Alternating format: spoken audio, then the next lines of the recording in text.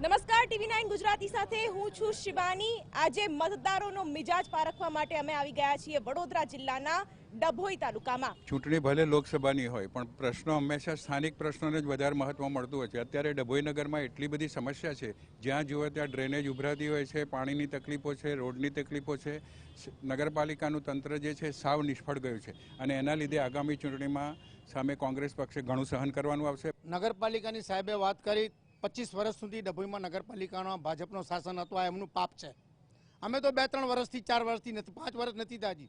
અને ડભોઈ નગરપાલિકાની અંદર જે ડ્રેનેજ અને પાઇપો નાખી છે 25 વર્ષ સુધી, એ કાઢતા આજે ડભોઈની અંદર પરિસ્થિતિ પહેલાં કરતાં ખૂબ સારી છે। બેન, કોંગ્રેસનું બોર્ડ આવતા 3 વર્ષ થયા છે અને પાણી પુરવઠા બોર્ડ નિગમ દ્વારા જે ફિલ્ટરેશન પ્લાન્ટ તૈયાર થયો છે એમાં જરૂરી મેન્ટેનન્સ નહીં થયું, એટલે અમારો કબજો લીધેલ નથી। હજી પણ કહેવામાં આવી રહ્યું છે કે સમસ્યાનો હલ આવશે। કેટલા આશાસ્પદ તમે? આશા તો ખરી જ હવે, કારણ કે ગ્રાન્ટોને આવતી થઈ છે એટલે લોકોને રાહત પહોંચશે। હાલની પરિસ્થિતિ પણ થોડો ફેર પડશે।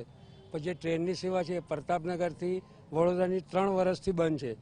પહેલાં સાંસદ હતા ચાલતું, આ સાંસદ આવ્યા ને તો 3 વર્ષથી બંધ છે। આજ સુધી એમને ચાલુ કરવાની કોઈ પ્રયાસ નહીં કર્યા। સાંસદ સભ્ય ખૂબ જ સક્રિય છે, એમનો પ્રવાસ બી હંમેશા દરેક વિસ્તારમાં રહેતો હોય છે। જે રેલવેની વાત કરે છે તે બ્રોડગેજનું કન્વર્ઝન ભલે આગળ નક્કી થયું પણ આ સાંસદની કાર્યવાહીના લીધે જ થયું છે। એના લીધે આગળની જે બ્રોડગેજની લાઈન ચાલે છે એટલે ટાઈમમાં ટ્રેનો હજુ ચાલુ ન થઈ શકે। બાકી આ સાંસદ સભ્યના પ્રયત્નથી જ બોમ્બેથી છોટાઉદેપુર સુધીની બી ટ્રેન ચાલુ થયેલી છે।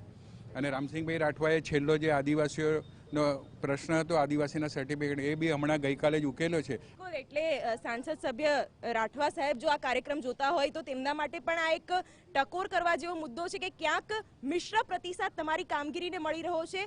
લોકોની લાગણી એવી છે કે લોકો જે કેન્દ્રની અંદર અને રાજ્યની અંદર જે સરકારો બેઠી છે એ સરકારો લોકો માટે જેટલી જે જાહેરાતો કરી રહી છે તેમાં સમાજના ગરીબ વર્ગના લોકો જે છે, નાનામાં નાના પક્ષના લોકો, એવા લોકો એની વધારેમાં વધારે સગવડતાઓ મેળવી રહ્યા છે। એટલે સંતોષ વ્યક્ત કરવામાં આવી રહ્યો છે પણ ક્યાંક છેવાડાના માનવીઓ સુધી વિકાસ પહોંચ્યો છે। ખેડૂતોના પ્રશ્નો અત્યારે ઠેરના ઠેર છે, ક્યાંક ને ક્યાંક રાજકારણનો હાથો ખેડૂતો બની રહ્યા છે। આપ શું કહેશો? ખેડૂતોનો તો મેડમ પ્રશ્ન છે જ, કારણ કે પહેલાં 5મા મહિનામાં કેનલ બંધ થતી હતી, પછી 4થા મહિનામાં કરી, પછી માર્ચમાં કરી, આગળ આપણે ફેબ્રુઆરીમાં પાણી બંધ કરી દીધું છે। અત્યારે તમે જુઓ તો અમારા ડભોઈમાં પાણીના માટે તો સારું છે, પણ જે અવડે અશ્વિનભાઈએ કીધું કે ગાયો લઈને આવવું પડ્યું, તો એમની સત્તા, એમના સંસદ છે, એમના ધારાસભ્ય છે અને ગામડામાં કેનાલોમાં પાણી છોડવામાં નથી આવતું, તો ના છૂટકે ખેડૂતો કેટલા હેરાન થયા, તો ગાયો લઈને અહીંયા આવવું પડ્યું, તો એમને જોવાનું છે કે કેટલી સમસ્યા છે પાણીની। દેવા માફીથી ખેડૂતોની સમસ્યાનો હલ આવી જશે? દેવા માફીથી ખેડૂતોની સમસ્યાનો બિલકુલ હલ નહીં આવે। ખેડૂતો પર આ સરકાર માત્ર ને માત્ર અત્યાચાર કરી રહી છે, ખેડૂતો આત્મહત્યા કરી રહ્યા છે। દેવા માફીની વાત કરે તો આ કેન્દ્રની સરકારે હાલમાં દરેક ખેડૂતોને, સામાન્ય ખેડૂતોને 2,000 રૂપિયા એમના ખાતામાં આપ્યા છે। અહીંનું જે એપીએમસી જે છે, એપીએમસી એ કોંગ્રેસ પ્રેરિત છે, આપની સામે છે।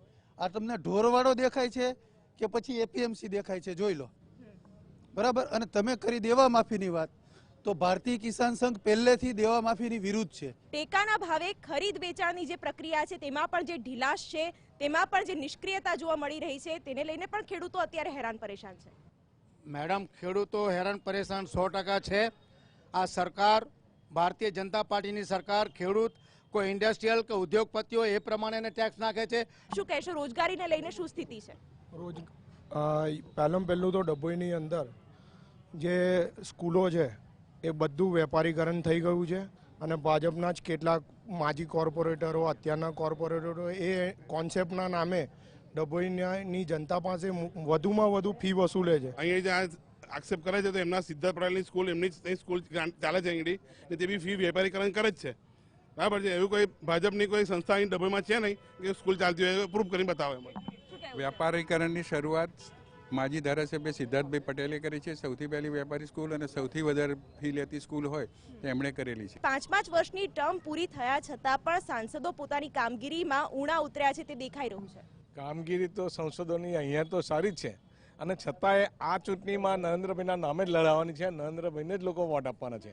આજે બધાના દિલની અંદર નરેન્દ્રભાઈ છવાયેલા છે. રાફેલ પર અત્યારે રાજકારણ ગરમ છે, રાષ્ટ્રવાદ પર રાજકારણ ગરમ છે, સેના પર રાજકારણ થઈ રહ્યું છે, પરંતુ સ્થાનિક પ્રશ્નોના કારણે લોકો અત્યારે રોષમાં છે, નારાજ છે અને લોકસભાની ચૂંટણી દરમિયાન મતદારોનો મિજાજ એ જ છે કે જે નેતા હવે આગામી ટર્મમાં કામ કરશે, જેના પર પોતાને વિશ્વાસ થશે, તેને જ મત આપશે, તેવો પણ સ્થાનિકોનો ક્યાંક ને ક્યાંક સૂર જોવા મળી રહ્યો છે.